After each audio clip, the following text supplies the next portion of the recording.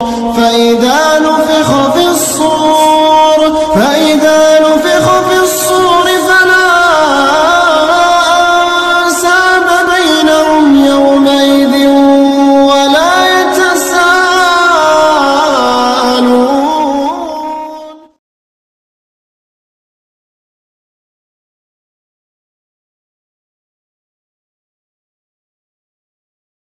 السلام علیکم ورحمۃ اللہ وبرکاتہ.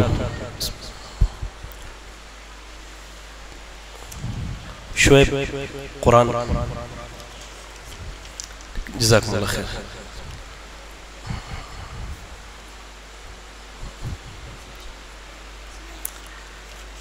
بسم اللہ الرحمن الرحیم وبہ نستعین.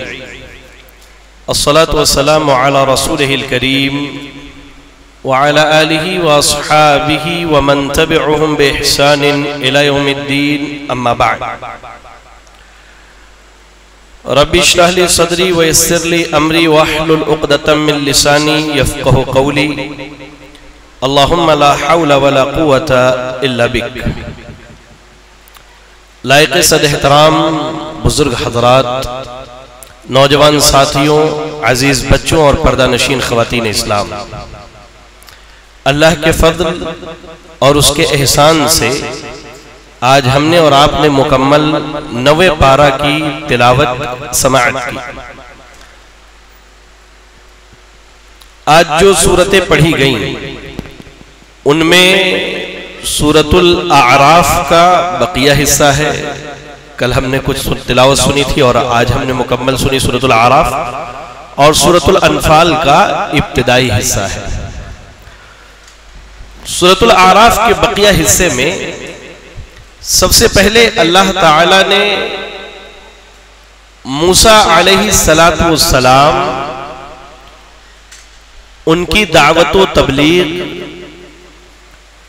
فرعون اور اس کے قوم کے لوگوں پر اللہ کے مختلف عذاب، بنی اسرائیل کے نجات، اور اس کے بعد ان کی بدبختی کا اللہ نے تذکرہ کیا ہے.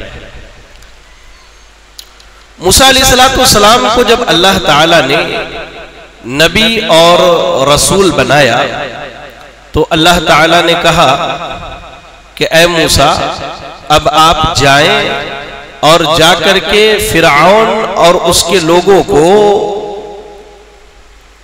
ایک اللہ کی عبادت کی دعوت دیں. اگر ہم پڑھیں آیت نمبر 104 سورۃ الاعراف سے لے کر کے آپ پڑھتے چلے جائیے اخیر تک، اللہ تعالیٰ نے تقریباً آیت نمبر 151 تک 104 to 151 ان ساری آیات میں اللہ نے تفصیل سے اس واقعے کو ذکر کیا ہے. مختصراً جان لیجیے آپ. موسیٰ علیہ السلام پہنچتے ہیں، کہا قال موسیٰ یا فرعون انی رسول من رب العالمین. کہا اے فرعون مجھے اللہ رب العالمین نے نبی اور رسول بنا کر کے بھیجا ہے تمہاری طرف. کہا اچھی بات ہے. کہا نبی اور رسول ہو؟ ہاں. موسیٰ علیہ السلام نے دو باتیں اس کے سامنے رکھی. پہلی چیز یہ کہ وہ اللہ کی توحید کا اقرار کر لے، ایک اللہ کو مان لے، اور دوسری بات یہ کہ جو فرعون نے بنی اسرائیل کے لوگوں کو اپنا غلام بنا کے رکھا تھا انہیں آزاد کر دے. تو فرعون نے کہا کہ ٹھیک ہے چلو، اگر تم اللہ کے رسول ہو تو کوئی نشانی لے کر کے آؤ، کوئی نشانی بتاؤ. تو پہلے تو موسیٰ علیہ السلام نے اپنے ہاتھ میں جو لاٹھی تھی وہ زمین پر رکھ دیا تو ایک بڑا سانپ کی شکل اختیار کر لیا، اور اس کے بعد اللہ نے کہا کہ موسیٰ علیہ السلام نے اپنے بغل سے یا اپنے جیب سے اپنے ہاتھ کو نکالا تو یہ ہاتھ بالکل روشن ہو گیا، اس سے روشنی پھوٹنے لگی. یہ معجزہ تھا. اور میں نے گزشتہ درس میں بتلایا بھی آپ کو کہ اللہ تعالیٰ معجزہ نبی کے ہاتھوں ظاہر کرتا ہے اس کی تائید کرنے کے لیے. تو اللہ تعالیٰ نے معجزے کے ذریعہ تائید کی، لیکن فرعون اور اس کے ساتھ کے لوگ بڑے بدبخت تھے. ان لوگوں نے کہا کہ نہیں لگتا ہے کہ موسیٰ جادو دکھا رہے ہیں. کیوں انہوں نے ایسا کہا؟ اس لیے کہ اس دور میں جادو کا رواج بہت زیادہ تھا. وہ جادو کے ذریعہ سارے کاموں کو نپٹانے کی کوشش کرتے تھے. تو ان کو لگا کہ موسیٰ علیہ السلام نے جو دکھایا ہے یہ بھی جادو ہے. کہا فرعون اور اس کے ساتھیوں نے ایسا کرتے ہیں، موسیٰ اور ان کے بھائی کو تھوڑا موقع دیتے ہیں، وقت دیتے ہیں، اور ہمارے جو جادوگر ہیں ان سب کو ہم بلا کر کے لے آتے ہیں۔ سبحان اللہ۔ وقت دے دیا گیا، شہر میں اعلان ہو گیا کہ بھائی فلاں دن اتنے وقت پر سارے لوگوں کو اس میدان میں جمع ہونا ہے۔ ٹھیک ہے، سارے لوگ آ گئے، پوری قوم اٹھ کر کے چلی آئی۔ موسیٰ علیہ السلام، ان کے بھائی سیدنا ہارون علیہ السلام پہنچے، ادھر جادوگر بھی ہے۔ جادوگروں نے فرعون سے کیا کہا، یہ ذرا دھیان میں رکھنا، یہ بات دھیان میں رکھنا، آگے چل کے بات سمجھنے میں آسانی ہوگی۔ کہا ان لوگوں نے کہ وَجَاءَ السَّحَرَةُ فِرْعَوْنَ قَالُوا إِنَّا لَنَا لَأَجْرًا إِن كُنَّا نَحْنُ الْغَالِبِينَ۔ کہا فرعون سے دیکھو ہم تو جادوگر ہیں، اگر ہم موسیٰ اور اس کے بھائی سے جیت گئے تو ہمارے لیے کوئی خاص انعام اور تحفہ ہوگا؟ تو کہا کہ ہاں، کہا نعم وَإِنَّكُمْ لَمِنَ الْمُقَرَّبِينَ، ہاں تم میرے سب سے قریبی ہو جاؤ گے۔ بادشاہ کا قریبی ہو جانا، وہ بھی وقت کا فرعون، اس کا قریبی ہونا بڑی بات تھی۔ چلو بھائی، بات آگے بڑھی، موسیٰ علیہ السلام اور جادوگر آمنے سامنے ہوئے۔ ان لوگوں نے موسیٰ علیہ السلام سے کہا کہ آپ پہلے جادو دکھائیں گے یا ہم پہلے جادو دکھائیں گے؟ تو موسیٰ علیہ السلام نے کہا کہ تم نے جو دکھانا ہے وہ دکھا لو۔ اللہ نے کہا کہ ان لوگوں نے لوگوں کی نظریں بند کر لی اور جو کچھ بھی ان کے ہاتھ میں رسی اور ڈنڈا تھا زمین پر ڈال دیا، وہ سب سانپ بن کر کے وہاں میدان میں گھومنے لگے۔ تو موسیٰ علیہ السلام، قرآن کے ایک دوسرے مقام پر اللہ نے کہا کہ تھوڑا موسیٰ علیہ السلام گھبرا گئے۔ اللہ نے کہا لا تخف انک انت الاعلی، ڈرو نہیں، آپ ایمان والے ہو، آپ حق پر ہو، آپ سب سے بلند ہو۔ کہا کہ آپ کے ہاتھ میں جو ڈنڈا ہے وہ ڈال دیجئے۔ موسیٰ علیہ السلام نے اپنے ڈنڈے کو ڈال دیا جو ہاتھ میں انہوں نے لیا تھا۔ اس کے بارے میں موسیٰ علیہ السلام خود کہتے ہیں کہ میں کبھی اس پر ٹیک لگا کے بیٹھتا ہوں یا بکریاں چراتا ہوں تو اس ڈنڈے سے بکریوں کو ہکاتا ہوں۔ اللہ نے کہا کہ ڈال دو، ڈال دیا۔ ڈالتے ہی یہ لکڑی ایک بڑے سانپ کی شکل اختیار کر لی، اور انہوں نے جو جادو سے سانپ بنائے تھے ان سب کو اس نے نگل لیا اور کھا لیا۔ سبحان اللہ۔ اب ذرا ایک چیز غور کرے، یہاں اسی وقت جادوگر ایمان لے آئے۔ یہ ہوتے کہ ایمان لے آئے، وجہ کیا تھی؟ ان لوگوں کو معلوم تھا ہم نے جو کیا ہے وہ جادو ہے، لیکن موسیٰ نے جو کیا ہے وہ جادو نہیں ہے، وہ یہ سمجھ چکے تھے۔ لیکن فرعون اور اس کے درباری نہیں سمجھی یہ چیز۔ جادوگروں کو معلوم تھا کہ جادو کیا ہے اور معجزہ کیا ہے۔ انہوں نے محسوس کیا کہ ہم نے جو دکھایا یہ تو جادو ہے، لیکن موسیٰ نے جو کیا ہے یہ جادو نہیں ہو سکتا ہے۔ اسی وقت ان لوگوں نے کہا کہ آمنا برب العالمین رب موسیٰ و ہارون، اور سجدے میں پڑ گئے، سجدے میں گر کے کہا کہ ہم اللہ پر ایمان لے جو اللہ ہارون اور موسیٰ کا رب ہے۔ اب فرعون کو اور اس کے ساتھیوں کو یہ بات اچھی نہیں لگی، تو فرعون نے کہا میری اجازت کے بغیر تم ایمان لے آئے؟ سبحان اللہ۔ میرے بھائی، کہا کہ میری اجازت کے بغیر ایمان لے آئے؟ تو ان لوگوں نے کہا کہ ہاں۔ کہا کہ معاملہ دراصل یہ ہے کہ موسیٰ تم سب کا باپ ہے جادو میں، ہماری زبان میں ایسا کہتے ہیں کہ یہ سب کا سردار ہے اور تم سب اس کے چیلے چپاٹے۔ کہا کہ میرے اجازت کے بغیر ایمان لائے میں تمہارا دایاں ہاتھ اور بایاں پیر کاٹ دوں گا اور سولی پر چڑھاؤں گا۔ تو ان لوگوں نے اللہ سے دعا کی قالوا انا الی ربنا منقلبون، کہا کہ ہم تو اپنے رب کی طرف پلٹنے والے ہیں۔ وما تنقم منا الا ان آمنا بآیات ربنا لما جاءتنا ربنا افرغ علینا صبرا وتوفنا مسلمین۔ آیت نمبر 136 میں اللہ نے کہا 36 میں یہ کہتے ہیں کہ تم ہم سے خالی اس لیے انتقام لے رہے ہو، تم ہمیں مارنے کی بات اس لیے کر رہے ہو کہ ہم اللہ پر ایمان لے آئے ہیں؟ ہمارا قصور کیا ہے کہ ہم اللہ پر ایمان لے آئے؟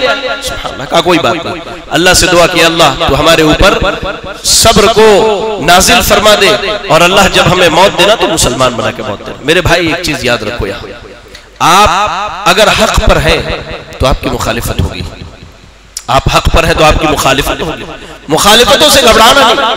فرعون کے مقابلے میں اللہ نے ان کی مدد کی، تو موجودہ دور میں بھی اگر ہم حق پر ہیں اور ہماری مخالفت ہو رہی تو اللہ تعالیٰ مدد کرنے والا ہے۔ وہی اللہ ہے، اسی رب کا دین ہے، اسی رب کی حکومت ہے انشاءاللہ۔ اس کے بعد جب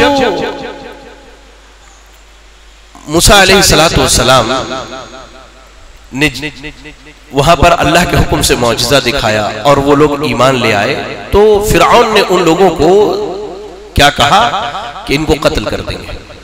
اب فرعون نے بنی اسرائیل کو سزا دی. کیا سزا دی؟ کہا کہ ان کے جتنے لڑکے ہیں سب کو قتل کر دو اور بیٹیوں کو عورتوں کو زندہ چھوڑ دو. یہ جیسے اس نے اعلان کیا اب اللہ تعالی نے بنی اسرائیل کو سزا دینی شروع کر دی. اللہ رب العالمین نے قرآن مجید کے اندر ارشاد فرمایا انہی آیات میں آپ دیکھیں کہ آیت نمبر 130 میں دیکھیں آپ 130 اور 131 132 اور 133 کے اندر اللہ نے کچھ چیزوں کا ذکر کیا. سب سے پہلے تو اللہ نے ان کے پھلوں میں کمی کر دی. قحط سالی چھا گئی, بالکل قحط سالی آ گئی, کھیتیاں نہیں ہو رہی تھی. وہ آئے موسیٰ علیہ السلام کے پاس, کہا کہ موسیٰ دیکھو اپنے رب سے دعا کرو, اگر یہ ٹل جاتا ہے تو مسلمان ہو جائیں گے, ہم ایمان لے آئیں گے, یہ قحط سالی ختم. دعا کیا, اللہ نے اسی وقت قحط سالی ختم کر دی. یہ دوبارہ اسی سرکشی پر آمادہ ہو گئے, کہا کہ نہیں, مارو ان کو, قتل کرو ان کے لڑکوں کو اور ان کی عورتوں کو زندہ چھوڑ دو. اس کے بعد اللہ نے کہا کہ اچھی بات ہے. پھر اللہ تعالیٰ نے ان کے اوپر مسلسل عذاب نازل کیے. کس چیز کے؟ اللہ نے طوفان ان کے اوپر بھیجا, خطرناک قسم کا طوفان, پوری تباہی مچ گئی. اس کے بعد اللہ نے ٹڈیوں کا عذاب بھیجا. ٹڈیوں کا عذاب کیسا؟ یعنی ان کے گھر میں, ان کے ساری چیزوں میں ٹڈیاں, چھوٹے چھوٹے پرندے ہوتے تھے. پھر اللہ نے ان کے اوپر کھٹمل, سمجھتے نا کھٹمل, کھٹمل کا عذاب بھیجا ہر چیز میں. اس کے بعد اللہ تعالیٰ نے ان کے اوپر میڈک کا عذاب بھیجا. میڈک جو چھوٹے چھوٹے تھے پانی میں, اللہ نے ان کے کھانے پینے کی چیزوں میں میڈک بھر جایا کرتے. پھر اللہ نے خون کا عذاب بھیجا. یہ جس چیز میں ہاتھ ڈالتے وہاں سے خون نکلنا شروع ہو جاتا. اتنے عذاب کے بعد بھی اللہ اکبر یہ لوگ نہیں مانے تو اللہ تعالیٰ نے فرعون کو اس کی مکمل لشکر کے ساتھ ڈبو دیا اور اللہ نے بنی اسرائیل کو نجات دے دیا. بنی اسرائیل کو اللہ نے نجات دیا. اب بنی اسرائیل جو ہے ان کو اللہ نے نجات دے کر کے فلسطین میں آباد کیا. کہاں آباد کیا؟ فلسطین میں. اب ان کی بدبختی دیکھیے, سبحان اللہ. یہ جیسے دریا پار کر کے گئے تو دیکھا کہ وہاں ایک قوم ہے جو اپنے معبودوں کے پاس بیٹھی ہوئی ہے. یہ ایک اللہ پر ایمان لائے تھے. ان لوگوں نے موسیٰ علیہ السلام سے کیا کہا؟ آیت نمبر 138 میں اللہ نے کہا قالوا یا موسیٰ اجعل لنا الہا کما لہم آلہا. اے موسیٰ ان کا معبود ہے, دیکھو یہ اس کے سامنے بیٹھے ہوئے ہیں, بیٹھ کے اس کی عبادت کر رہے, ہمارے لیے بھی کوئی معبود بنا دو نا, ہمارے لیے بھی کچھ مقرر کر دو کہ ہم بھی اس کی عبادت کریں.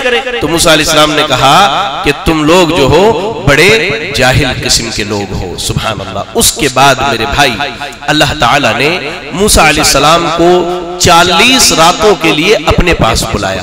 کہاں بلایا کسی کو معلوم ہے؟ کوہ تور پر اللہ تعالیٰ نے. کتنی راتوں کے لیے؟ 40 راتوں کے لیے. جب موسیٰ علیہ السلام کوہ تور کے پاس پہنچے تو ایک آواز آئی. کہا, آواز میں یہ کہا گیا کہ اے موسیٰ میں تمہارا رب ہوں. اللہ کی آواز تھی وہ, اسی لیے موسیٰ علیہ السلام کو کلیم اللہ کہا جاتا ہے. بغیر واسطے کے انہوں نے اللہ تعالیٰ سے بات کی. اچھا, جتنی صفت سارے نبیوں میں ہے وہ ساری صفت اکیلے ہمارے نبی میں. سبحان اللہ. اللہ نے کہا کہ ابراہیم علیہ السلام خلیل ہے, محمد رسول اللہ صلی اللہ علیہ وسلم خلیل ہے. عیسیٰ علیہ السلام کو اللہ نے معجزے دیے, وہ معجزات نبی صلی اللہ علیہ وسلم کو بھی دیے گئے. موسیٰ علیہ السلام سے اللہ نے بات کی, نبی صلی اللہ علیہ وسلم سے بھی اللہ نے بات کیا. فارسی زبان کا ایک شاعر کہتا ہے کہ حسن یوسف دم عیسیٰ ید بیضا داری آنچ خوبہ ہما دارن تو تنہا داری. یہ یوسف علیہ السلام کی خوبصورتی, عیسیٰ علیہ السلام کا پھونک کر کے کہہ لیجئے کہ بہت ساری معجزوں کو دکھانا اور موسیٰ علیہ السلام کا اللہ سے بات کرنا, یہ سارے معجزے ان کے, یہ ساری خوبیاں میرے نبی کے اندر اکیلے موجود ہیں. یہ نبی صلی اللہ علیہ وسلم کی شان ہے. بہرحال تو اب اللہ نے موسیٰ علیہ السلام کو بلایا 40 راتوں کے لیے. موسیٰ علیہ السلام وہاں گئے تو انہوں نے اللہ سے مطالبہ کیا. کیا کہا؟ اے اللہ میں تجھے دیکھنا چاہتا ہوں. سبحان اللہ. اللہ کو دیکھ سکتے کہ نہیں دیکھ سکتے؟ پہلے یہ بتاؤ آپ. نہیں بھائی دیکھ سکتے, دیکھتے نا انشاءاللہ, دیکھیں گے جنت میں, دیکھیں گے انشاءاللہ. یہ اصول ہے اہل سنت والجماعت کا. سیدہ عائشہ رضی اللہ تعالی عنہ فرماتی ہے کہ اللہ تعالیٰ کو اس دنیا میں دنیا کی آنکھوں سے کوئی نہیں دیکھ سکتا. تو اس سے پتہ یہ چلا کہ نبی صلی اللہ علیہ وسلم نے معراج میں اللہ تعالیٰ کو نہیں دیکھا. ہاں اہل ایمان جنت میں اللہ تعالیٰ کا دیدار کریں گے. اہل ایمان انشاءاللہ اللہ ہم سب کو اپنا دیدار کروائے, آمین. کہا موسیٰ علیہ السلام نے اللہ مجھے دیکھنا ہے. تو اللہ نے کہا کہ اے موسیٰ, آیت نمبر 143 میں اللہ نے کہا کہ اے موسیٰ آپ اس پہاڑ کو دیکھیے. فَإِنِ اسْتَقَرَّ مَكَانَهُ فَسَوْفَ تَرَانِي، ہاں اگر وہ اپنی جگہ ٹھہرا رہا تو آپ مجھے دیکھ لیجئے گا. اچھی بات ہے. فَلَمَّا تَجَلَّى رَبُّهُ لِلْجَبَلِ، ابھی ہلکی سی تجلی، جس کو اردو میں روشنی کہتے ہیں، ہلکی سی بھی روشنی ظاہر ہوئی تھی اللہ رب العالمین کی، تو وہ پہاڑ جو ہے یہ بالو ریت کی طرح ہو گیا اور موسیٰ علیہ السلام وہیں بے ہوش ہو گئے. موسیٰ علیہ السلام وہیں بے ہوش ہو گئے، بے ہوش ہو گئے. اللہ اکبر، سبحان اللہ. پھر جب ہوش آیا تو موسیٰ علیہ السلام نے کہا کہ اللہ میں معافی چاہتا ہوں، میں نے ایسی چیز کا مطالبہ کر لیا جو میرے لیے نہیں ہے. اچھا موسیٰ علیہ السلام بے ہوش ہوئے تو یہاں ایک عقیدے کا مسئلہ ہے بڑا بہترین. نبی صلی اللہ علیہ وسلم کہتے ہیں کہ قیامت کے دن جب سور پھونکی جائے گی تو سارے لوگ بے ہوش ہو جائیں گے. دوبارہ جب سور پھونکی جائے گی تو سب سے پہلے ہوش میں انسانوں میں نبی صلی اللہ علیہ وسلم آئیں گے. کہتے کہ میں ہوش میں آنے کے بعد دیکھوں گا کہ موسیٰ علیہ السلام اللہ کے عرش کو پکڑے ہوئے ہیں، مجھے نہیں معلوم کہ وہ بے ہوش ہوئے کہ نہیں ہوئے. تو محدثین کہتے کہ موسیٰ علیہ السلام یہ جو 40 دن بے ہوش ہوئے تھے نا، یہاں اللہ نے جو بلایا تھا اللہ کو دیکھنے کے لیے، جو انہوں نے اظہار خیال کیا اور بے ہوش ہو گئے، اللہ نے ان کی اس بے ہوشی کو اس بے ہوشی سے بدل دیا، یعنی موسیٰ علیہ السلام وہاں بے ہوش نہیں ہو گئے. اس لیے کہ اللہ نے کہا ہے قرآن کے اندر کہ قیامت کے دن جب سور پھونکی جائے گی تو سارے لوگ بے ہوش ہو جائیں گے سوائے ان کے جنہیں اللہ بچا لے بے ہوش ہونے سے. تو جنہیں اللہ بچائے گا اس میں موسیٰ علیہ السلام بھی ہوں گے، اور وہ 8 فرشتے ہوں گے جو اللہ کے عرش کو اٹھائے ہوئے ہوں گے. سبحان اللہ. بہرحال تو ایک ضمن بات تھی. تو موسیٰ علیہ السلام کو وہاں اللہ تعالیٰ نے ایک کہہ لیجئے کہ کتاب دی جسے ہم تورات کہتے ہیں. تورات دی اللہ تعالیٰ نے، اس میں دین ایمان کی باتیں تھیں. اب موسیٰ علیہ السلام تو ادھر آ گئے تھے 40 دن کے لیے. پیچھے کس کو چھوڑا تھا؟ اپنے بھائی ہارون علیہ السلام کو قوم کے اندر. کہا کہ ہارون ان کی دیکھ بھال کرنا، ان سے اللہ کی عبادت کروانا. اب یہ لوگ ہارون علیہ السلام بیچارے ان کے آگے کمزور پڑ گئے، کچھ بدبخت ان پہ چڑھ گئے اور کہا کہ نہیں ہم معبود بنائیں گے. ان لوگوں میں ایک جادوگر تھا سامری، بڑا مشہور تھا سامری جادوگر. وہ جبریل علیہ السلام جس گھوڑے پر آتے تھے کبھی قدر موسیٰ علیہ السلام کے پاس، تو ایک دن اس نے اس گھوڑے کے پیر کی مٹی جو ہے کہیں سے اٹھا لیا، اس کو لیا اور قوم کے لوگوں کو کہا کہ سنو مجھے تم زیورات لا کر کے دو، میں تمہارے لیے موسیٰ کا معبود بنا کے دوں گا. اس مٹی کو ملایا اور ایک بچڑا بنایا اس نے. جب جب ہوا چلتی تو بچڑے سے آواز آتی تھی. قوم کے لوگوں نے سمجھا کہ یہی موسیٰ علیہ السلام کا معبود ہے، اس کی عبادت شروع کر دی. اب موسیٰ علیہ السلام جب قوم میں آئے تو دیکھا کہ معاملہ الٹا ہے. بھائی کو چھوڑ کے گیا تھا ان کی دیکھ ریکھ کے لیے، یہ تو بچڑے کی عبادت کر رہے ہیں. غصے میں اپنے بھائی کی داڑھی کو پکڑ لیا. قرآن کی آیت ہے، بھائی کی داڑھی کو پکڑ لیا. پتہ یہ چلا کہ اس دور میں بھی داڑھی رکھنا سنت تھا. داڑھی کو پکڑا تو انہوں نے کہا اے میرے ماں کے بیٹے، اے میرے بھائی، میں کیا کرتا، میں کمزور پڑ گیا ان کے آگے. ان لوگوں نے مجھ پر ظلم کرنے کی کوشش کی، میں کمزور پڑ گیا. تو موسیٰ علیہ السلام اللہ سے دعا کرتے کہ اللہ تو مجھ پر اور میرے بھائی پر رحم فرما دے. سبحان اللہ. یہ مکمل واقعہ جو ہے اللہ رب العالمین نے موسیٰ علیہ السلام اور ان کی قوم کے تعلق سے بیان کیا، جس کو میں نے مختصراً آپ کے سامنے رکھ دیا. اس کے بعد اللہ اکبر، ان آیات میں جو آج پڑھی گئی ایک بڑی بہترین آیت ہے، آیت نمبر 172، جسے کہہ لیجئے کہ عہد کہا جاتا ہے، پیمان کہا جاتا ہے، عہد و پیمان کہا جاتا ہے. عہد و پیمان کیا ہے؟ اللہ تعالیٰ نے جب آدم علیہ السلام کو پیدا کیا تو ان کی پیٹھ سے قیامت تک پیدا ہونے والی ان کی ساری اولاد کو اللہ نے پیدا کیا. اس میں آپ سب بھی تھے، میں بھی تھا، ہماری خواتین بھی تھی، پوری دنیا کے لوگ تھے. اور سب سے اللہ تعالیٰ نے کہا الستُ بربکم، کیا میں تمہارا رب نہیں ہوں؟ سب نے کہا. آپ نے بھی کہا تھا، میں نے بھی کہا تھا. اب آپ کہیں گے ہمیں تو یاد نہیں ہے، بتاتا ہوں. کہا الستُ بربکم، کیا میں تمہارا رب نہیں ہوں؟ ان لوگوں نے کہا کہ ہاں اللہ تو ہمارا رب ہے. تو اللہ نے کہا کہ تم گواہ رہنا، قیامت کے دن یہ نہیں کہنا کہ ہم اس سے غافل تھے. اب آپ کہیں گے ہمیں تو یاد نہیں ہے. میرے بھائی، توحید انسان کی فطرت میں ہوتی ہے. اللہ نے توحید انسان کی فطرت میں رکھا ہے.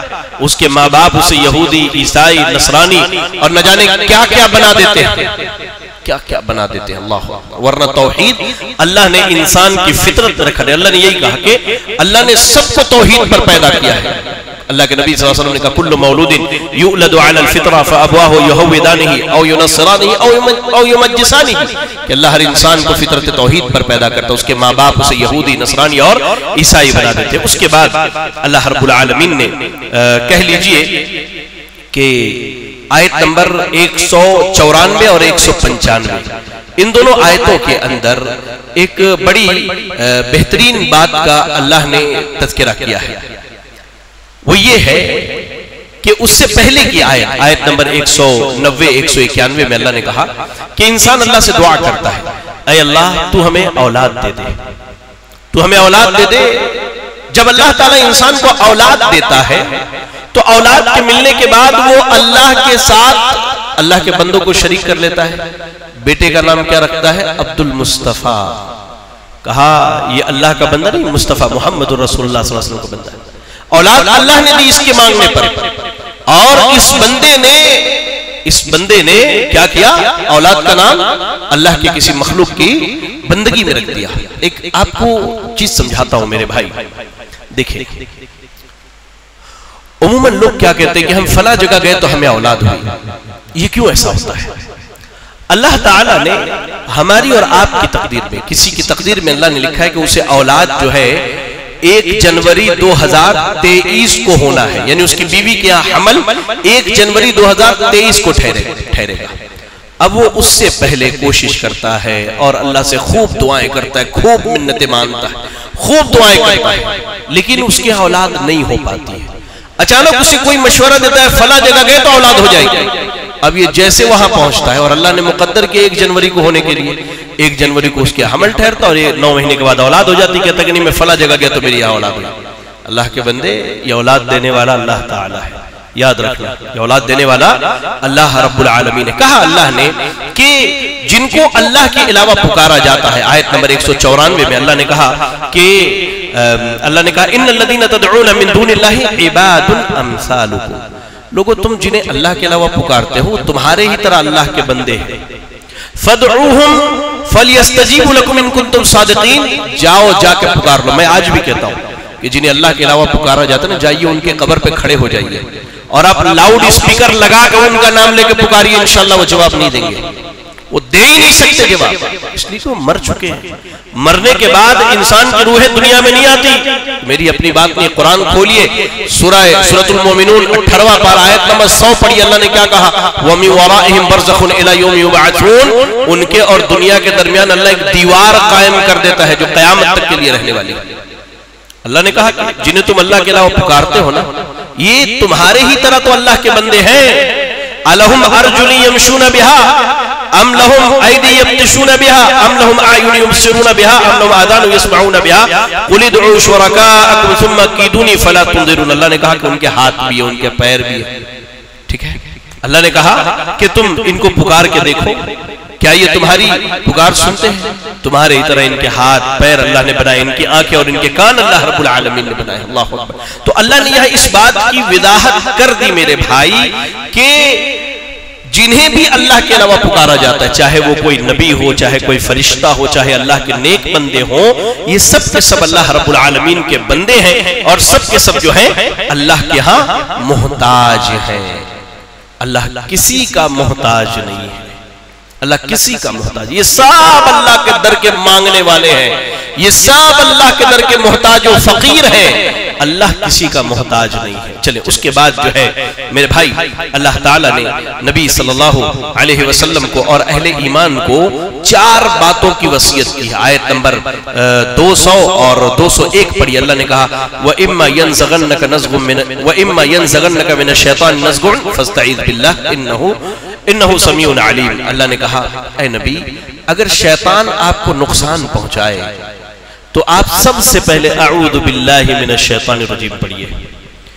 ذہن میں وسوسے آتے ہیں، اللہ کے نبی صلی اللہ علیہ وسلم نے کہا کہ نماز میں جو وسوسے آتے ہیں نا، اسے ایک خاص قسم کا شیطان ڈالتا ہے جس کا نام خنزب، خا نون زا با، خنزب حدیث کے اندر بیان کیا گیا ہے، وہ خنزب ہے۔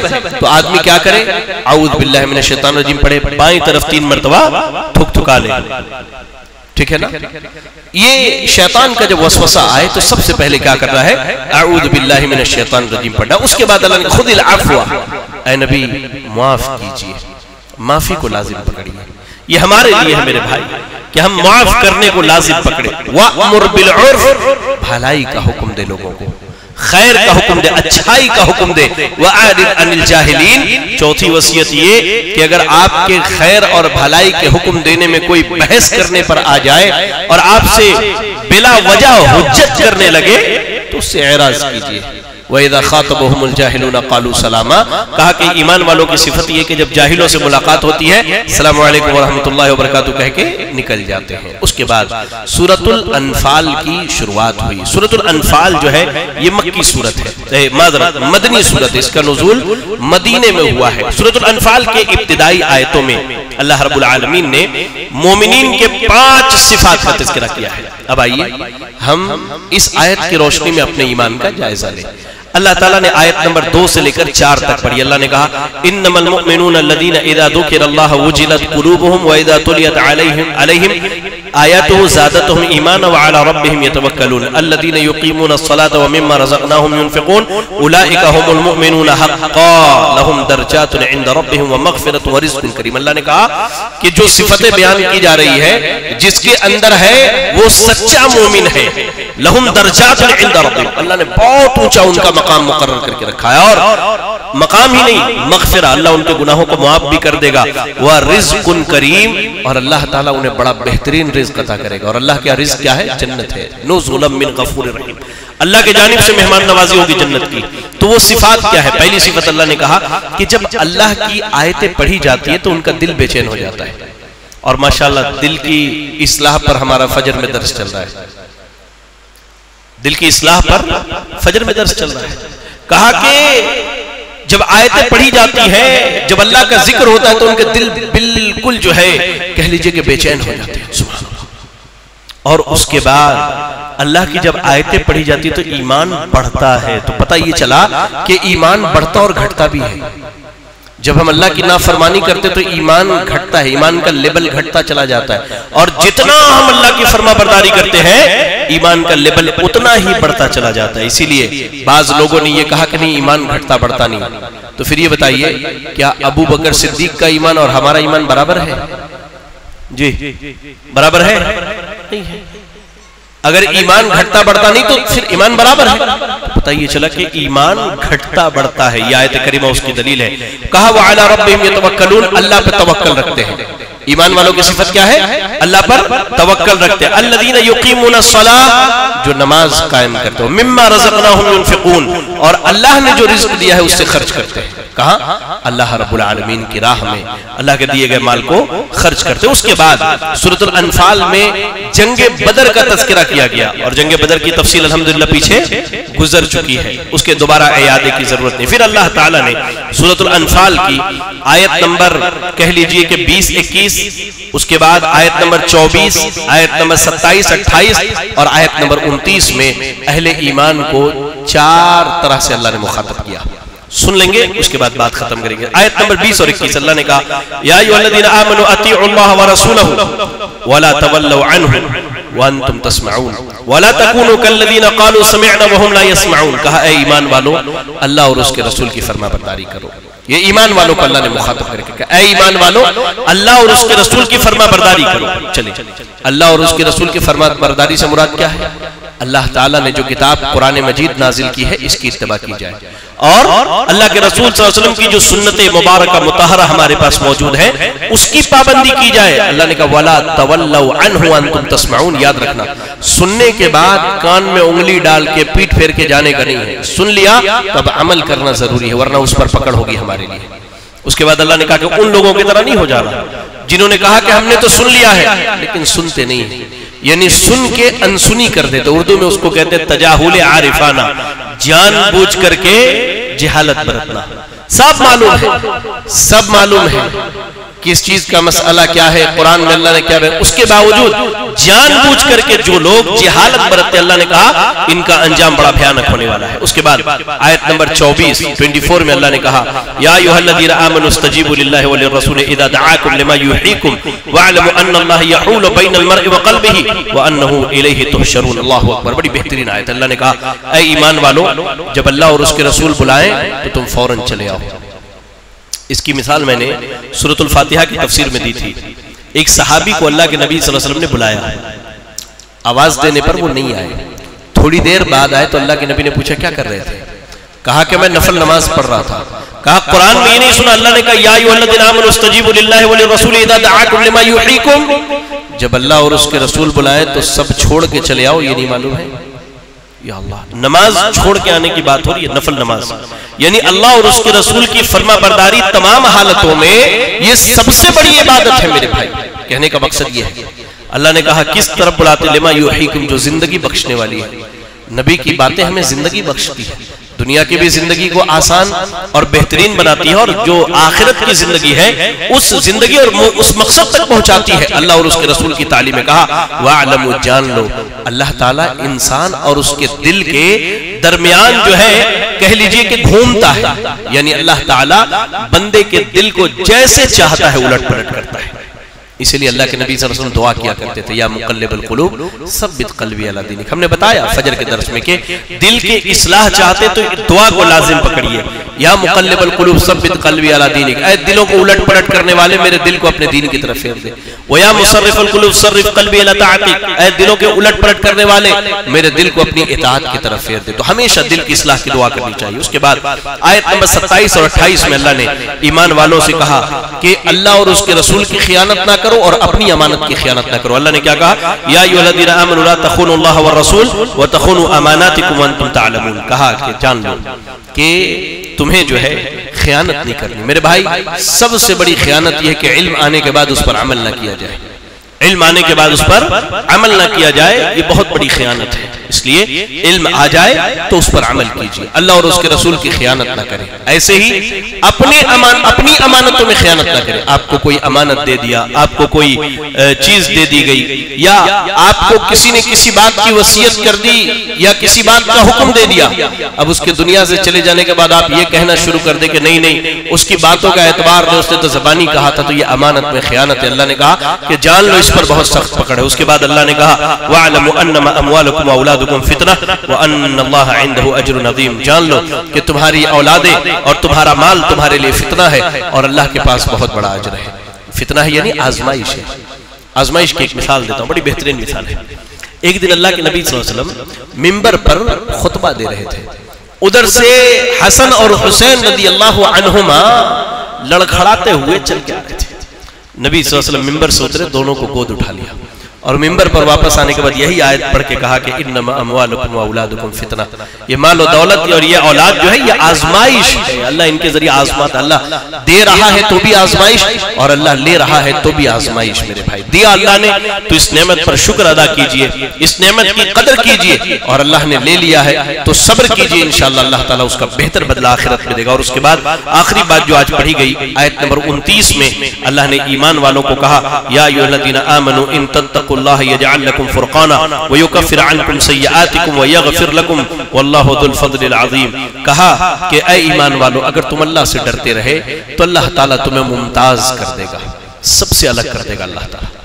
یعنی جس طرح آپ دیکھیں کہ گندگی میں اگر کوئی کیمیکل ڈالی جائے، گندا پانی لے کر کے ہم آئیں اور اس کی صفائی کرنے والے کیمیکل کو ڈالیں تو جس طرح پانی سے گندگی چھٹ جاتی ہے نا، تو صاف پانی اور گندگی الگ ہو جاتے ہیں۔ اللہ نے کہا کہ اللہ تعالیٰ ایمان والوں کو دنیا اور آخرت میں ایسے ہی الگ کر دے گا، ہر قسم کی غلاظت، گندگی، برائی سے اور اہل کفر سے، اہل شرک سے اللہ تعالیٰ الگ کر دے گا۔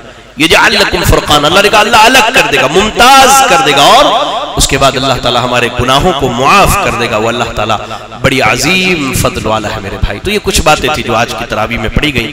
دعا کریں اللہ سے کہ اللہ رب العالمین کہی گئی باتوں پر سب سے پہلے کہنے والے کو، اس کے بعد آپ تمام سامعین اور سامعات کو عمل کرنے کی توفیق عطا فرمائے.